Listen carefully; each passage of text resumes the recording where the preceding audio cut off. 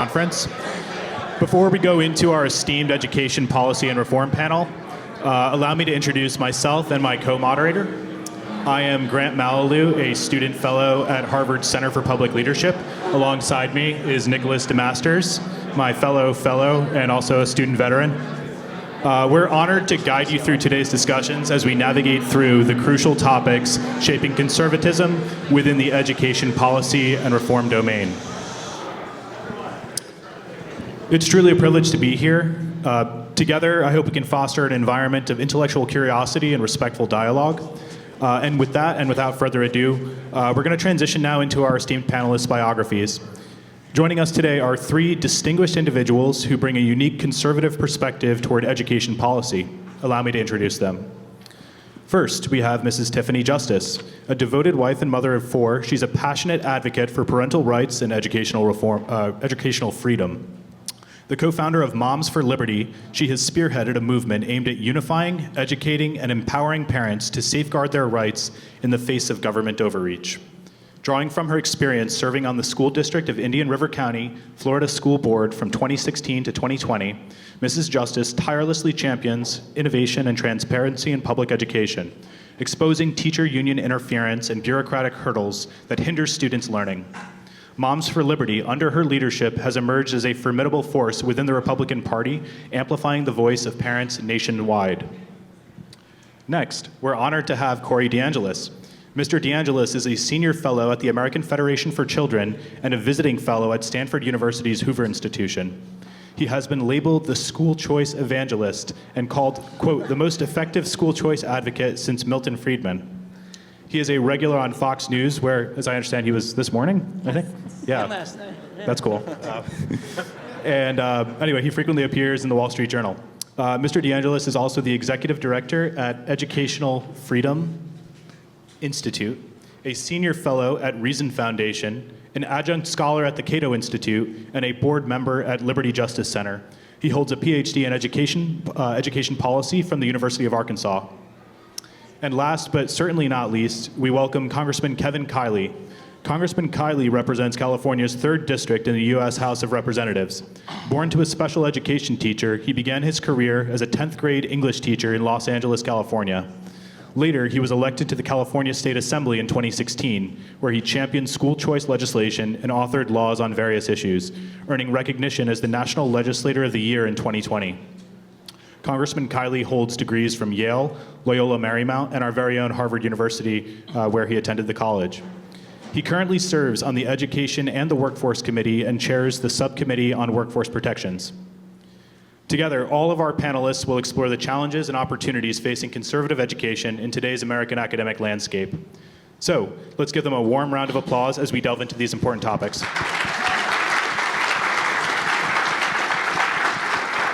Without further ado, I'll hand over the floor to Mrs. Tiffany Justice.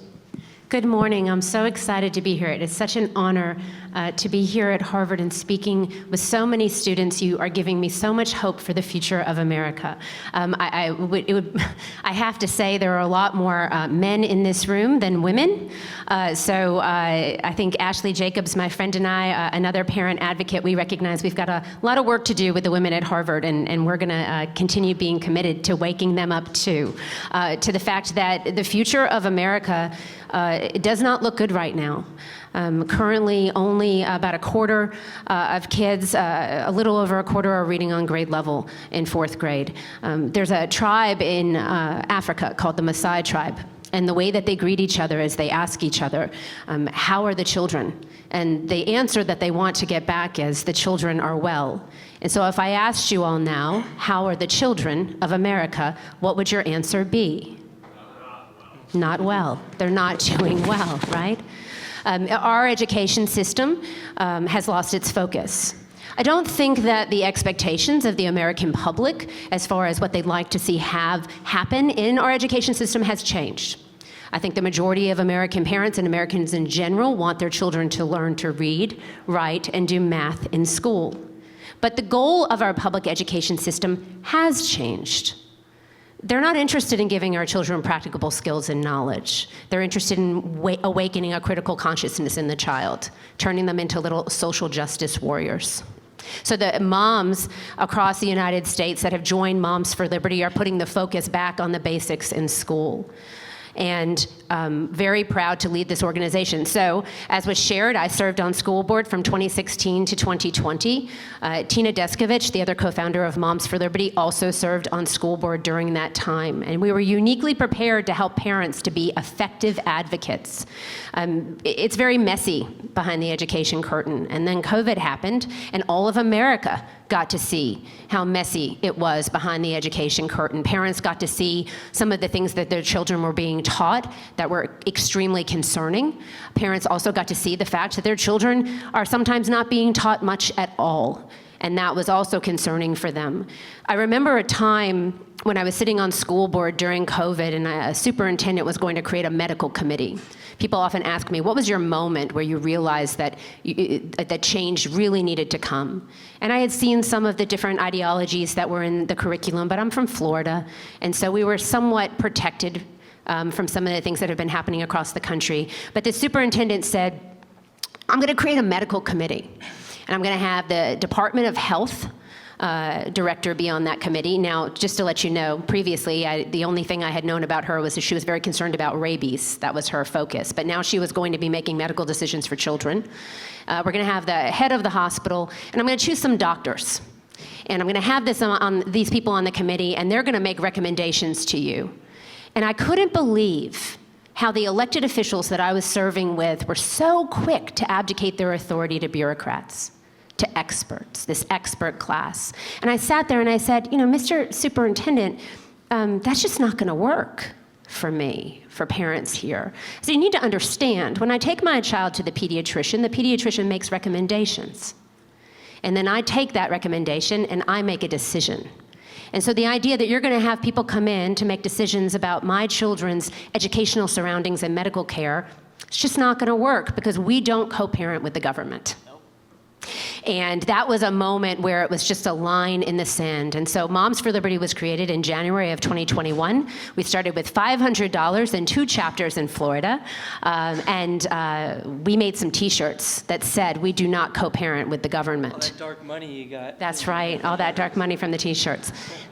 And we sold $150,000 worth of T-shirts in our first year. We are now over 300 chapters in 48 states with over 130,000 members, which is truly remarkable. Moms are on the front lines of fighting for the First Amendment in America right now. I was sharing with the professor earlier, we have a case in Yolo County, California, where our moms were holding a meeting and they dared to misgender someone. The librarian shut the entire meeting down. ADF has been very kind to help us on this case, as well as the Institute for Free Speech. But our moms are pushing the boundaries of the total destruction of parental rights that's happening right now. They are the champions of our families right now. I shared with you the public education system is failing.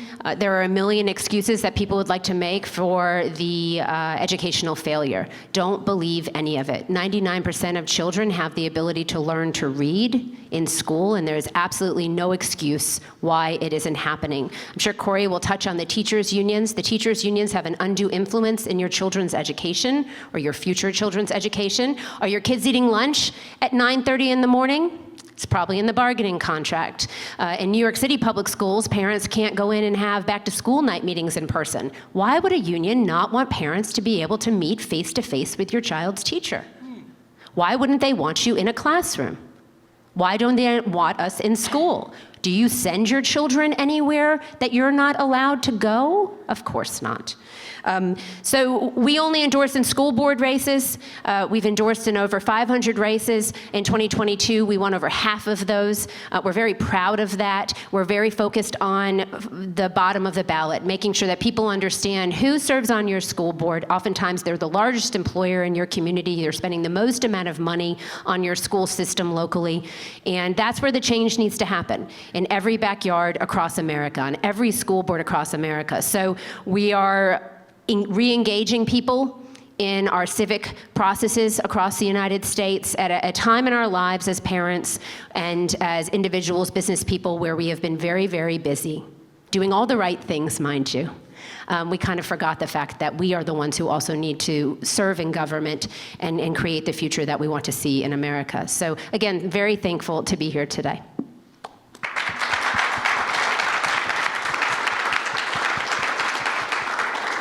How's everybody doing? Great. Tiffany, you spoke about how you might have misgendered someone and they shut down the meeting. We might have to shut down this meeting because you said everybody was a male so we don't know. You assume their gender.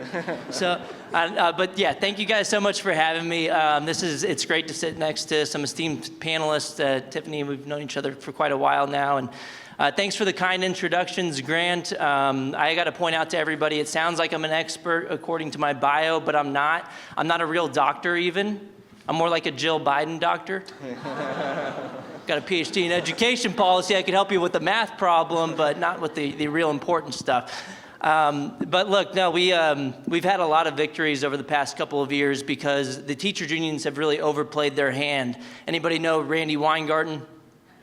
She's the head of the American Federation of Teachers. They lobbied to keep the schools closed to the CDC as long as possible. They were fear-mongering every step of the way. They had local affiliates in places like Chicago actually tweeted out, now on X, the push to reopen schools is rooted in sexism, racism, and misogyny. They threw every buzzword at the wall to see what would stick and really overplayed their hand, showing their hypocrisy. They had a board member vacationing in Puerto Rico, in person, obviously, while it was too difficult or too unsafe for them to go back to work in person. If it was too unsafe to go back to work in person, why were they vacationing in Puerto Rico in person?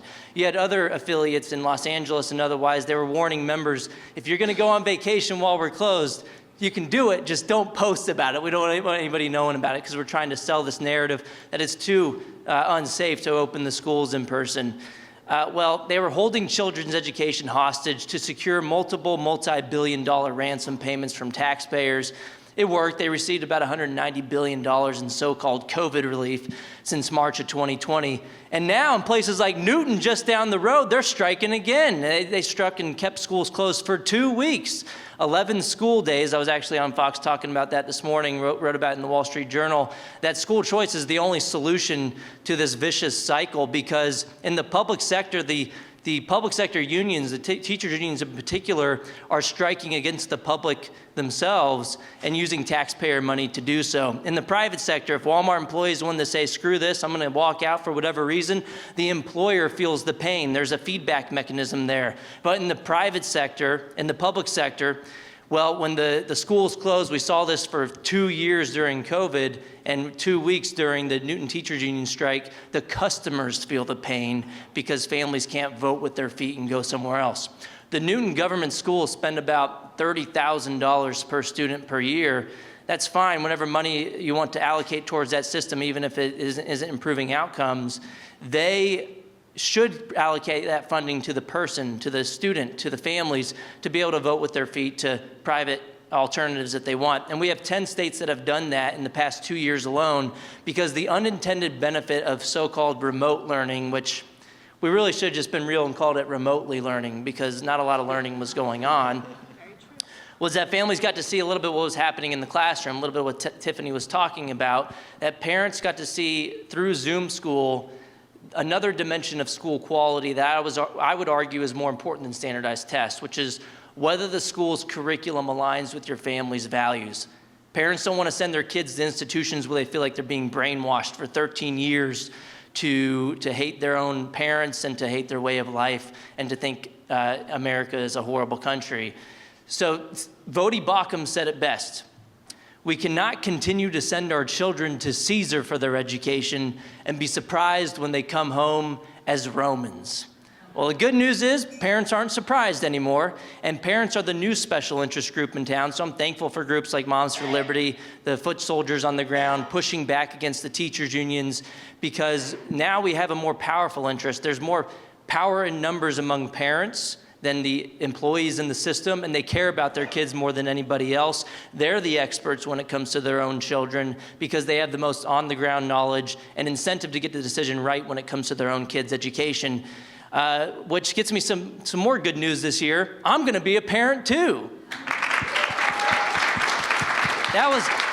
that was the best. The news over the past couple of years. We've had a lot of winning. We've been winning so much, I'm almost getting tired of winning on the school choice front. I'm just kidding. We're only a fifth of the way there. Massachusetts doesn't have universal school choice yet, so we're not done yet. But I'd like to introduce my wife, Miranda DeAngelis. She's in the room, joined us as well. Thank you for coming out. But 10 states controlled by Republican legislatures have gone all in on school choice, starting with Arizona, West Virginia, most recently North Carolina, who has a governor, Roy Cooper, is a hypocrite on school choice, sent his kid to private school, even declared a state of emergency over school choice last year. Talk about abuse of emergency powers, because he was throwing a temper tantrum basically because he understood that all the Republicans signed on to a bill, he wasn't going to be able to veto it because they had override majorities in both chambers. And so Arizona did it as well with one-seat GOP majorities, got the ball across the finish line in 2022. In those 10 states now, every single family, regardless of income, background, or zip code, can take their children's education dollars, the state level portion, to the education provider they're choosing. That could be the public school. If you like your public school, you can keep your public school. For real this time, unlike with your doctor. Maybe it's before your time in the audience, but if you like your doctor, you can keep it. Well, you could actually keep your public school this time, and time again, we have 29 studies on this topic. 26 of them find positive effects of school choice competition on the outcomes in the public school. So this is a rising tide that lifts all boats. It's a win-win solution. And the public schools, instead of labeling you as a domestic terrorist for showing up at the school board meeting, or instead of cutting off your mic when you're trying to read something that's apparently okay when the teacher's around the kids, but when you're in a public forum with other adults, suddenly it's not okay to talk about those things, but only behind closed doors without the parents involved. At least the school boards will then have an incentive to listen to you if you can say, you know what, that $30,000 that you're getting for my child, I'm going to take it somewhere else. Maybe the school board will scratch their head a little bit and say, maybe I should listen to this person, view them as a customer as opposed to just viewing them as a nuisance. So I think this momentum is only going to continue. We do have a federal tax credit bill, not government money, getting your own money back at the federal level, called the Educational Choice for Children Act. Has 140 or so co-sponsors in the House, including Speaker Mike Johnson, and then also 30 co-sponsors in the Senate, not a majority of either chamber, but it's still a good start that could supercharge school choice in red states, but also bring it to blue states like Massachusetts as well. And hopefully at some point in the medium to long term, it becomes a form of political suicide for Democrats to oppose school choice, because a majority of their constituents, the Democrat voters, actually support it. You saw what happened in Virginia with Terry. I don't think parents should be telling schools what they should teach. McAuliffe, who lost in a state that apparently went to Biden 10 years by 10 points the year before, he lost to Glenn Youngkin, a Republican, on the issue of education by 6 points with education voters. That was the #2 issue in that election. And he even had Randy Weingarten stumping for him, Terry McAuliffe, the night before the election. He had the school closer be his campaign closer. And a Virginia mom, the day after, went on to CNN saying that was the nail in the coffin moment for her. And so hopefully if Republicans can lean into school choice as a political winner, and some of them have. I'm at the American Federation for Children. In 2022, we didn't have a red wave. Everybody heard about the red wave, right before the 2022 midterm elections. Didn't really happen, maybe a red trickle. There wasn't a blue wave, obviously, but there was a school choice wave. 76% of the candidates supported by my organization, AFC, and our state affiliates won their races in 2022, and we didn't just play in the easy ones. We targeted 69 incumbents in state legislatures for opposing parental rights in education and took out 40 of them. That's the hardest thing to do in politics.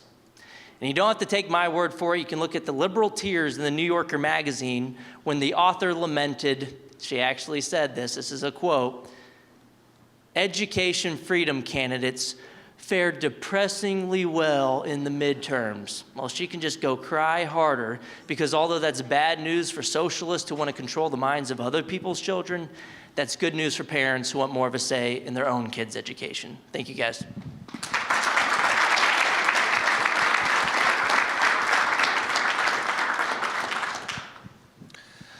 Hello, everyone. Great to be here. I'm one of the co-sponsors on that bill, by the way. So I didn't know that. I didn't know I was plugging. Would have been really awkward if I wasn't. I figured you were going to be. It's a terrible bill. I don't want nothing to do with it. No, it's a good piece of legislation. Happy to work on it. So I'm Kevin Kiley. I'm from California. I graduated from the college 15 years ago, which is really hard to believe when I hear like class of 2029 or whatever it is these days. It's kind of surreal. Who here's from the college, by the way? Okay. Business school? Law school? Kennedy School? Other? Thank you for being here and for being willing to identify as a conservative on this campus. You know, Harvard was hardly a bastion of conservatism when I was here, but I know things are a lot different now. And I know it takes a lot of courage to actually, stand up for what you believe in. But I think at this particular moment, having a forum for conservatives to come together is maybe more important than ever. And I think that given everything that's going on here and across the country, you really have an opportunity through your voice to help redeem this institution and propel major change in higher education across the country. So I'll get to that a little bit more in a second. But I am currently in the U.S. House of Representatives. I've been there a little over a year now. I was elected in 2022. I'm on the the Education Committee, Education Workforce as it's called. Had the opportunity to have a little exchange with your President Emeritus a few weeks ago. Before that, I was in the California legislature for 6 years. And before that, I was actually a high school teacher in LA, inner city LA, through a program called Teach for America, which a lot of people here are probably familiar with, probably folks who have gone and had TFA teaching stints. The California legislature is about as bad as it gets on these issues when it comes to school choice, when it comes to education reform. And everything I tried to do when I was there, it was an incredibly uphill battle to even get the smallest modicum of choice or sort of pro-student, pro-parent policies into law. In fact, things were so bad, I mentioned I was part of TFA, they actually introduced legislation to ban Teach for America from the state of California, which made it to the floor of the California State Assembly. And then when COVID happened, California was the very worst state in the entire country. We already had basically the worst education outcomes of any state. But then we had the longest school shutdown in every state. We had the worst mask mandate, only state to announce a student vaccine mandate. But it did awaken this movement that Tiffany and Corey have been talking about of parents, which has become incredibly powerful. And even in California, it succeeded in recalling 3 school board members in San Francisco by overwhelming margins. Who here is from California, by the way? I didn't ask that. Anyone from San Francisco? All right.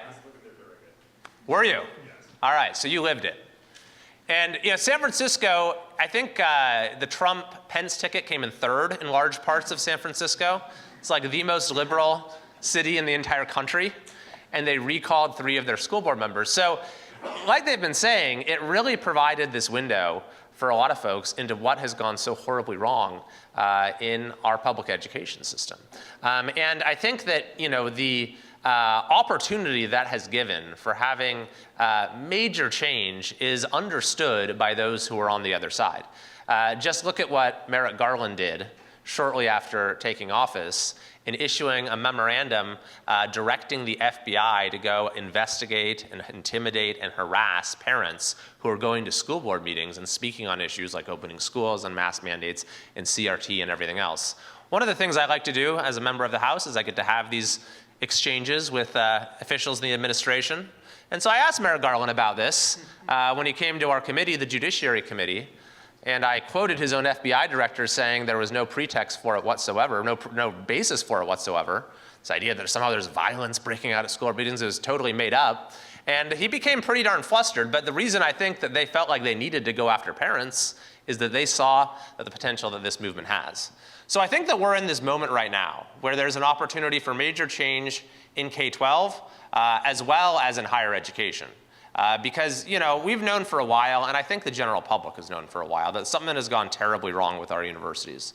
But the veil has really been lifted in an unprecedented way in the last several months. And you guys have been living it here at Harvard like no one else. I mean, I think that, Harvard was already the worst institution in the country when it came to free speech. And now it's been probably the worst institution in the country when it comes to dealing with anti-Semitism and related problems on campus. So, of course, we had this hearing that got a lot of attention with the presidents of Harvard and Penn and MIT. And, you've all probably seen Elise's back and forth with former President Gay. Elise and I were contemporaries here, by the way. We were, she was 1 year ahead of me. We were both Winthrop House. And we had actually asked for this hearing pretty soon after October 7th when we saw what was going on. It is just so clearly put a spotlight on all of these problems that everyone here has been living with, and all of just the hypocrisy and the way that our universities have veered so far from what their mission ought to be. And so I think that this is an opportunity right now that everyone has kind of seen it, to return to what a university should be about, where we prioritize freedom of speech, academic neutrality, academic freedom, merit, getting rid of the whole DEI bureaucracy and everything associated with it.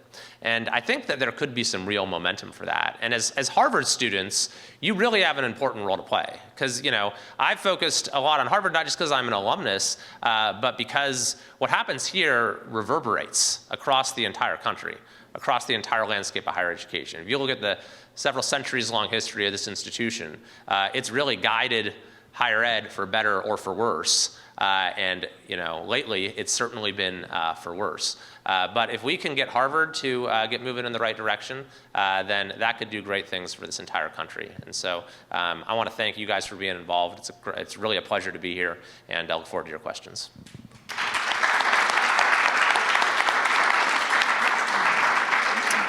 So thank you so much to our panelists for their opening remarks. In a minute here, I'm going to turn it over to the floor to collect your questions. For anyone who wasn't here in the previous panel, the way to submit your questions is to scan the QR code, scroll to the bottom of the page, and there's a link there in which you can submit your questions.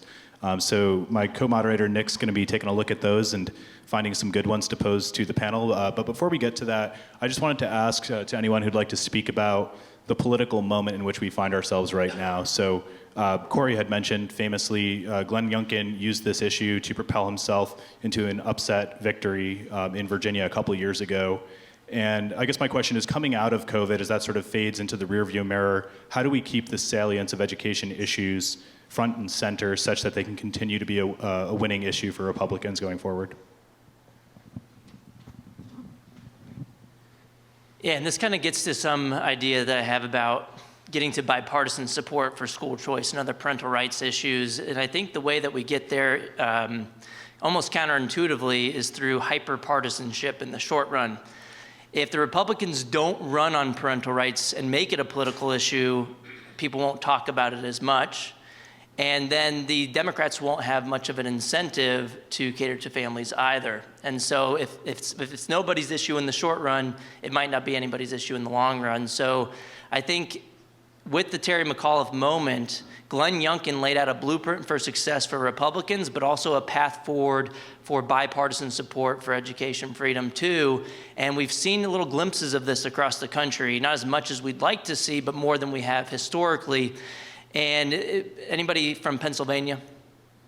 So you have Josh Shapiro, new governor there. He's not as bad as the big bad wolf, Tom Wolf from before, but he was running against Doug Mastriano, who was backed by Trump. And at the time, Mastriano was calling Shapiro out for being a hypocrite on school choice, sent all his kids to private school, went to private school himself. And then right before the 2022 election for his governor's race, even though he was up by double digits in all the polls, Josh Shapiro quietly changed his education platform to include a specific form of school choice that it's hard to back out from when you do that, called Lifeline Scholarships, a bill that was actually run by a Republican earlier that year that passed through the House.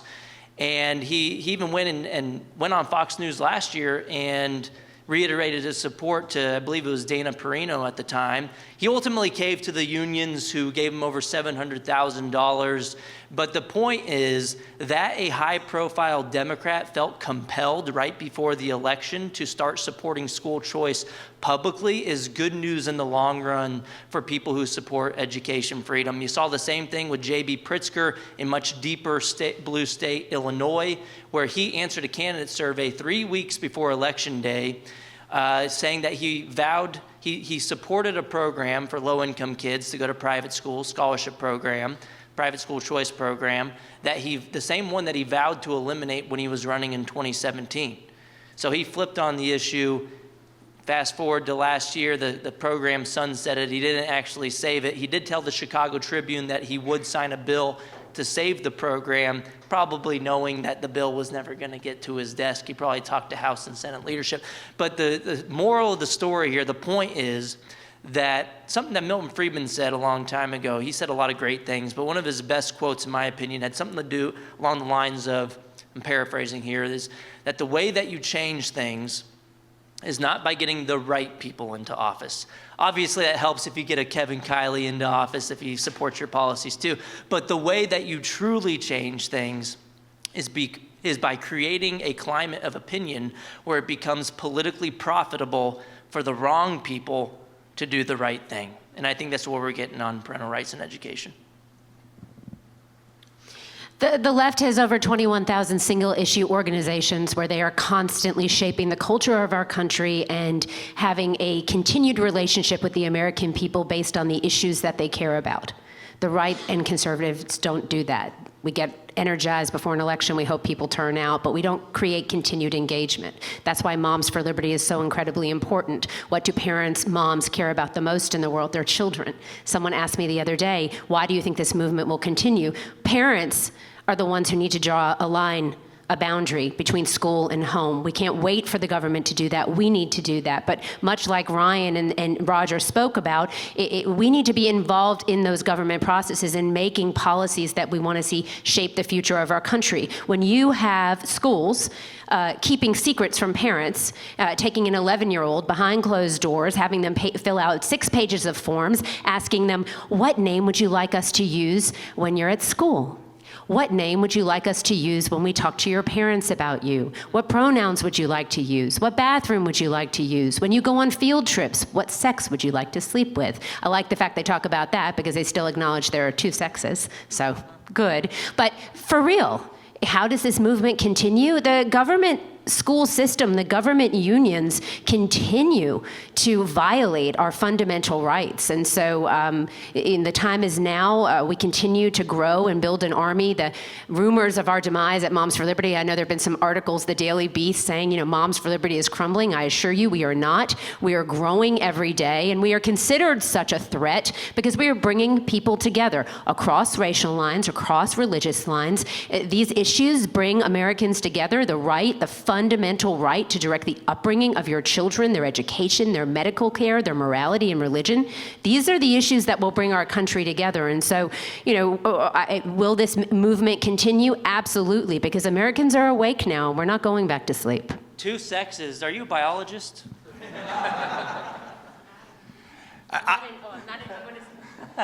I'm not an expert on books, but if you haven't seen my interview with Joy Reid, I also don't need to be an expert to know that sex toys don't belong in children's libraries. There you go.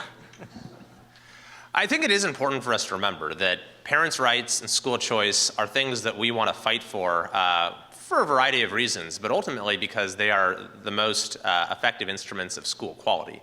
And that's really what it's all about at the end of the day, is that in too many places in this country, we have had a failing public education system for way too long. And the school shutdowns were just sort of an outgrowth of that, and that amplified all of those negative effects. I think that the COVID school shutdowns were probably the worst domestic policy mistake in this country in at least a generation. And the effects are going to be lingering with us for a long time. And the kids who suffered the most were those who are the least well off. I mean, if you look at districts like the area that I taught high school in inner city LA, these kids, coming from broken homes, were not even logging into Zoom school. They fell off the map entirely. A lot of them didn't even come back when the schools finally did reopen. And so I think that's really where the emphasis ultimately should be, and that's a message that appeals to everyone. I mean, and it's in a lot of districts that benefit the most from school choice. These are not overwhelmingly Republican areas by any stretch of the imagination. And just the final point on this, though, I want to say is that in terms of sort of concretely, how do we continue to move the ball forward? Don't underestimate the importance of school board races. School board races are really, really, really important. If you look even at California, where at the state level, there's zero hope of meaningful change in the legislature. At least we're trying to do stuff through ballot initiatives. In the area that I represent, we were able to have a modicum of sanity and get schools open and get rid of mask mandates because we elected really good people to school boards who didn't defy the law or anything like that, but managed to carry out their responsibilities in a way that was as much pro-student and pro-parent as possible. And school board races actually, are small races. They're not, you're not talking about millions of dollars that are being spent. So every one of you in whatever community you come from, those are the sort of areas where you can get involved, make a difference in your community. And then I think that ultimately that change sort of will percolate up. So on that note, Congressman, in regards to that, so what role should the federal government play in education? Is it kind of, Corey had mentioned some legislation that's coming into play. Is it federal funding, state funding? Yeah, so the federal government should not have a large role in education. That's, I think, something we would all agree on. Yeah. And to the point I was just making, I mean, local control is important because that's where parents can actually have a voice and dictate that. Whereas if you just turn school boards into sort of, compliance organizations that are carrying out state and federal mandates, then the voice of the community is totally shut out. Now, that being said, there is a vast federal infrastructure now devoted to education. Title I is a program that many schools across the country are totally dependent upon. And so, within the, given that, I think that there are opportunities to try to shift policy in a direction that is geared towards supporting parents, towards supporting school choice, towards supporting educational excellence. This administration has done things very differently, by the way. One of the first things they did when they came in was to cut the charter school grant program. And charters have a tremendous record across the country of closing achievement gaps, of lifting up students, of expanding education opportunity. They've been going after them in California for quite some time. That was one of the first things that President Biden did. So the role of the federal government should be very limited when it comes to education, but given the role that it has right now, I think that we should try to work to make it at least the dollars and the policies go in the right direction. It was very interesting. There was a Parents' Bill of Rights. I don't know how Kevin's going to feel about my comments on this, but there was a Parents' Bill of Rights. It was H.R. 5, I think. The speaker really prioritized that bill, and I think that was, that showed that he recognized and understood that there was a sentiment across the country that we wanted a Bill of Rights, but we were not super supportive of that bill. One of the things that it said that parents should be meeting with teachers twice a year, and I remember meeting with staff for one of the legislators, and I said, so how's that going to work? What are you going to do if they don't? What if the parents don't want to meet with the teacher? They said, well, we're gonna tie funding to it or something. I said, well, how are you going to do that, right? So I think it's really important when we talk about policy that we're working with the people on the ground to understand what implementation actually looks like. And that really was an overreach, in my opinion, of the way that federal policy should be working as far as schools is concerned. A good example of how we can protect parental rights right now is the Family Rights and Responsibilities Act that's just been introduced by Senator Tim Scott in the Senate and Representative Fox. And this is a law that will help parents within our federal court system where there seems to be some disagreement about the way that fundamental rights should be considered by the courts. And that's been frustrating. We have local courts that have said, and federal courts that are questioning what the role of the parent is in the child's life and whether the burden should be on the parent or the state as to who holds the fundamental right to direct the upbringing of their child. That's just ridiculous. We all know this to be true. But the truth of the matter is, if parents in California and Oregon and other places around the country had recognized they have this fundamental right that the government does not give you, that they cannot take away easily, COVID wouldn't have happened in the way that it did. Parents would have said no.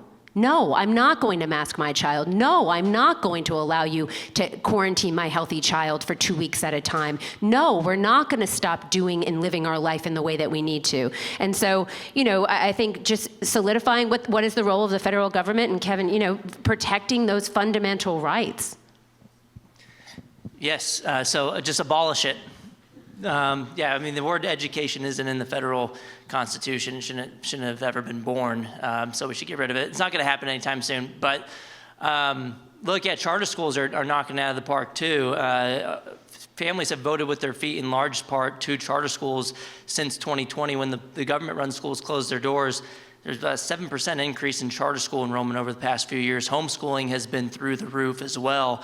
Private school enrollment has been up as well. But if you look at places like New York City, they have tens of thousands of kids on charter school wait lists because the government protects the government school unions by having an arbitrary charter school cap to where they can't have enrollment above a particular number.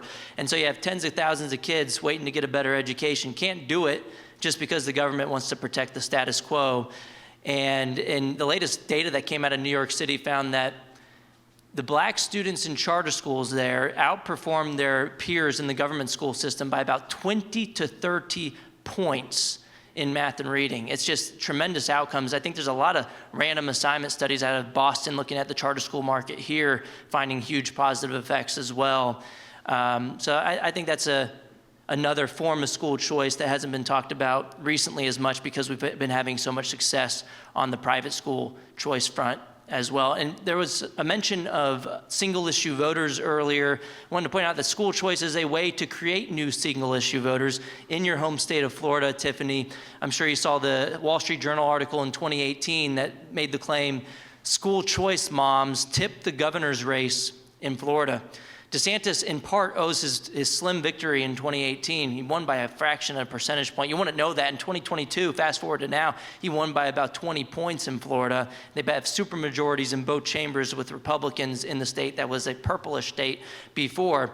Well, the little unknown story in Florida was that his opponent, Andrew Gillum, a Democrat, came out against the existing private school choice program, serving over 100,000 students at the time, and basically he wanted to get rid of that program.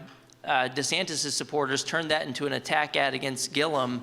And if you look at CNN exit polling, which was covered in this journal piece, black moms came out in droves in support of DeSantis, much higher than the expected amount, which put him over the top to beat Andrew Gillum. So this is the right thing to do. Supermajority of Republicans, Democrats, and independents support parental rights and school choice in education. But it's also can be a political winner, too. It was a political winner in the midterms for people who ran on parental rights and education. But also, it can create a new constituency, a new special interest, if you will, but I wouldn't really call it that. It's more of a general interest. It's parents fighting for their own kids. So this one's from John, and I think it touches on Tiffany's earlier point. Can curriculum reviews bring higher education back to the center quicker than professor hiring changes? It's an interesting question. By the way, just a quick add-on to Corey's point there to make sure everyone's on the same page about charters, and I'm sure that most folks understand the basic mechanism, but charters are public schools. A lot of the opponents of them try to pretend otherwise. They're public schools, they're open to all, they're free of charge, they have to accept all students. If there's too many people who sign up, they do a lottery. And the difference between a traditional public school is a traditional public school, you get assigned students automatically based upon their zip code, those who live within a certain radius of the school. Whereas a charter school, they don't get assigned anyone. They have to have people opt in because they want to go to school there. And so they only are able to exist and remain in existence, number one, if they get authorized and then have to get reauthorized every few years or every so often. And number two, if they offer a product that's good enough to attract students to want to come to the school. So that's why they're such a powerful instrument of choice and change within the public education system. And unlike traditional public schools, unionization is a choice for those there. It doesn't happen automatically, which is why the teachers' unions do everything they possibly can to stop charter schools from growing. Now, to the question about curriculum review as opposed to hiring, I mean, I mean, I think both are really important. I think that obviously the hiring process, has completely moved away from the proper paradigm and has come to include every form of diversity except viewpoint diversity and ideological diversity. And when it comes to curriculum, though, I mean, I think that there are really big questions that we need to grapple with right now, not only in terms of what, some of the just crazy things that are being taught and the sort of made-up disciplines that have proliferated across higher education, but actually what is the value proposition of a university degree at this point in time? I think that in some cases that's a really hard question to answer. And, every so often we've had these sort of moments where higher education has done this, had this moment of self-reflection and tried to think anew about what that value proposition is, what that purpose is. And I think that we're really in one of those moments right now. So the next one, could school choice create an even more politically polarized America? I mean, that already exists today, and we have 90% of kids stuck in failing government schools. So this whole civics, democratized form of society that we envision is a fairy tale vision of democracy that doesn't actually exist as a result of the public school system. So there's actually been a couple of meta-analysis, or at least systematic reviews on these. One by Patrick Wolf at the University of Arkansas. He did one in 2002, I think, and he redid it in one of my co-edited volumes at the Cato Institute called School Choice Myths. And he updated the review of the evidence, but found that if you look at civic outcomes associated with school choice, tolerance of others, which is a really important one, more democratic participation in elections and so on and so forth, school choice is generally associated with no difference or much better outcomes when it comes to civic outcomes as well. In fact, one of my first studies linking school choice to a long-term outcome was the Milwaukee Voucher Program, started in 1990. My co-author and I had student-level data from the longitudinal evaluation of the program and found when we followed the students to when they were about 30 years of age with student-level data, we found a substantial reduction in the likelihood of criminal activity. It wasn't a lottery-based study, but it did include controls for background characteristics of the students and their family, the race, the income, whether they were living in a two-parent household, for example. And there have been 6 studies linking school choice to crime reduction, all of them peer-reviewed. I've done 2 of them, and they all find large reductions in crime. So school choice could actually not polarize. It could actually have bring society together. It had the opposite effect of what was intended by the question. And it might be because in the competitive marketplace, the schools have an incentive to actually teach kids how to think and not what to think. And if you, instead of me questioning whether you're a bad person or not, if I just think about your argument in a logical way, we'll be in a much more peaceful place. And I think private schools and an open competitive marketplace in education has a higher likelihood of that happening. Parental involvement is the #1 driver of student success. So if you have parents engaged and involved in their children's education and they are actively making a choice every day to send their child to a school, your outcomes are going to be better. Also, the children are learning how to read. If a child does not read by 3rd grade, they cannot read to learn in 4th grade and beyond. Their chances of dropping out of school go up by 70% if they're not reading by 3rd grade. Their chances of having an adverse interaction with law enforcement increase dramatically. We haven't even begun to touch on the economic impacts of children not learning to read in school. And to be frank, it's the biggest national security crisis we currently have in this country. A nation of illiterate people who can't read, write, or do math. Ben more than anybody else. I mean, you talk about, school choice. Let's just talk about New York for a second, if we could. 11% of black students in New York are reading on grade level. 11%. They spend $40,000 per year on every child's education. The average class size is 25. That's $1 million they are spending in classrooms in New York for these outcomes. They are abysmal. This is horrendous. It's fraud, to be frank. And so, will school choice be more polarizing in America? I think Corey's right. I think, parents getting involved and feeling engaged and invested in their kids' education means better outcomes for kids and for our country. So, one of the things that I've seen in sort of the playbook of the left, the supermajority, whatever you want to call it in California, is they do a lot of these really woke, just crazy policies And you ask, why are they doing this? And a lot of times I think it's to provide sort of a smokescreen, because the underlying governance is fundamentally illiberal in like the traditional sense of that word. And when you look at like issues like school choice or what's going on in our schools, I don't think it's polarizing at all. Like, who among us, whatever your ideological stripe, thinks it's, you know, a good thing that you have millions of kids in California, across the country, who have no other option than to go to one particular school that is failing them and isn't teaching them to read?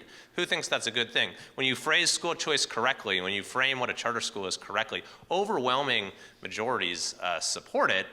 So I see, like, in California right now, the governor, the superintendent of public instruction, they're being very aggressive on these really hot button issues like parental notification, and they're going after school districts that are doing, parental notification. The attorney general, I think they like that ground a lot more. They like school choice to sort of be caught up in these really hot button culture war type issues, because if it's about the fundamental issue of educational excellence, they know it is a huge loser and an embarrassment to the Democrat coalition as it currently stands. So not to say that any of those issues are unimportant, but at the end of the day, I think that we always want to bring the argument back to the fact that our schools are failing and we need to do a lot better for kids in this country. Well, especially because a lot of the Democrats who oppose school choice only oppose it for your kids, not their own. You see, Chicago Teachers Union boss. Your tweets are great. I know, thanks. Follow him on Twitter. He does. Yeah, I mean, I almost get it surprises me when they're not hypocrites on school choice. But Chicago Teachers Union boss Stacey Davis Gates, anybody hear this story? She called school choice racist last year, said that private schools were segregation academies, and lo and behold, we found out that now she sends her own kid to private school. Is she telling on herself, or is she just a total hypocrite, which is more likely to be the case? She also doesn't pay her utility bills. There's a whole bunch of controversy going on in Chicago right now. Joe Biden sent his kids to private school. He went to private school himself, which actually isn't really an endorsement of private schooling. Maybe I shouldn't say that. But the point of school choice isn't private versus public either. It's you have good public schools, good private schools, and bad private schools. So the opportunity is supposed to be in the hands of the parents, though. They have the best information for their kids. And one other thing on the hypocrisy point with Democrats not wanting to talk about school choice on the merits is that a lot of Democrat politicians support funding students directly when it comes to higher ed. You think about the Pell Grant program. You can take that to the community or public university if you want, but you could also take it to a private university, even a religious university. You can have public dollars going to religious institutions, and they don't say a word about that. Pre-K programs, Head Start, you can take that funding to any private pre-K provider you want. The money follows the student. You think about food stamps with groceries, that money is public taxpayer dollars that can follow you to any chosen private grocery store. Medicaid vouchers can be used at private hospitals. So Democrats support all these other things where the money follows the decision of the family or the student, but only when it comes to those in-between years of K-12 education do they cry about it. Why? Because at this point, the teachers' unions are an arm of the Democrat Party. You think about Randy Weingarten's union, 99.9% of her campaign contributions in 2022 cycle and 2024 so far have gone to Democrats as opposed to independents. It's a nonstop, vicious cycle of nonstop money laundering in a sense. I would say more than an arm, they are the foot soldiers of the Democratic Party right now. I think that's clear. But, we're talking about school choice a lot. School choice is really important. I believe in school choice because, again, I believe parents have the fundamental right to direct the education of their children. But I want to be clear right now because you are the future of this country. You will be making decisions that are going to be affecting my children and my children's children. And so we need to reclaim and reform public education. This is not a space where we can continue to walk away. I'm not going to lie, and I mean, Corey knows this. I think we are where we are in America in public education because conservatives totally ceded the ground. We walked away from public education. We said, we're just going to go build another highway. Well, great, build the highway. I don't think it's either or. I think it's both of these things. And we need to reclaim and reform our public education system because there are going to continue to be children who are in these schools, and they deserve to learn to read. They deserve for us to unfold their full potential in life, and that's currently not happening. And our country's better than that. And so I just encourage all of you, run for school board. Get your parents to run for school board. Ask your parents to go and volunteer in your public schools. Serve on curriculum adoption committees and textbook review committees. Get involved in looking at what the library books that are in the schools in your local community. We cannot continue to cede the ground when it comes to public education in America. So it looks like this may be the final question, depending on how long the answers are, but are there other countries who have an education system that is beating the U.S. And that we should be taking notes from? I actually like had a Twitter spat with someone named Heidi Campbell from Tennessee. She's a senator out there, hypocrite on school choice, sent her own kids to private school for cultural reasons. She said it was their community, but she wants everybody else to be forced to go to their failure factory zone school. But besides the point, she went on Twitter to try to argue against school choice for other people's kids, not her own. And she made the argument that we got to be more like Finland. Well, she should have closed her replies on that tweet because I was in the comments. And I responded with a screenshot from the World Bank saying that Finland has a nationwide school choice initiative. So is that the part of Finland that you want to introduce here? Because you're voting against school choice every single chance you get. Or is it the part where Finland spends about 30% less per student than the United States? Is that the part you want to do? You can try to cut education funding? No, she's calling for more money, obviously. But there are a lot of countries that have been outlined by a professor at Johns Hopkins University, Ashley Berner. She calls for educational pluralism. I just call it school choice or funding students instead of systems. And so there's a lot of countries that do have more school choice than we do. But if you look at the recent victories in red states, we're passing Milton Friedman's vision of school choice finally being universal for everybody. And I think we're actually going to pass some other countries up on that front. Yeah, there's a lot of countries that do education a lot better than we do. And I think the premise of the question is an important one, because a lot of this isn't brain surgery. You have successful models that exist. You have states that are doing things well. You have districts that are doing things well, that have seen tremendous change. And that's the virtue of charters, again, is that you have a school that decides to take a different approach. They do well, they expand, and you have more of that. And you have more kids getting access to a great education. But I just want to close, if this is the last question, by thanking everyone again for being involved. And I got to give a shout out as well. The #1 volunteer for my campaign is a 1L, a first year at Harvard. This is Kevin Scanlon over here. And then my campaign manager is a 1L at the law school, Tyler Tate, who's here somewhere as well. So I have gotten some sort of good on the ground intel coming from them. We also, my office has paid internships in DC. If anyone's ever interested, then go ahead and get in touch. We'd love to have your help as well. What was the question? Did you plagiarize that intel? Yeah, exactly. But it's really exciting and inspiring to see so many folks here involved. So I'll be around for a little while longer. Look forward to talking with many of you. Thank you for having me today. The PISA scores, international assessment scores, showed that we are doing horribly in reading. We're doing worse in math. I mean, what's happening in our public schools, again, this is educational failure. We do not accept excuses for educational failure. We'll spend over $840 billion on public education in America. That's state and federal dollars. And the outcomes, again, are horrendous. And it doesn't have to be like this, but we need to get involved and have our voices heard. So check out Moms for Liberty. Join if you haven't joined. You don't have to be a mom. You can be a dad. You can just be an uncle or an aunt, a grandfather, a grandmother. It's going to take all of us getting involved to turn the ship around. Okay, thank you so much to our panelists. Let's hear a round of applause.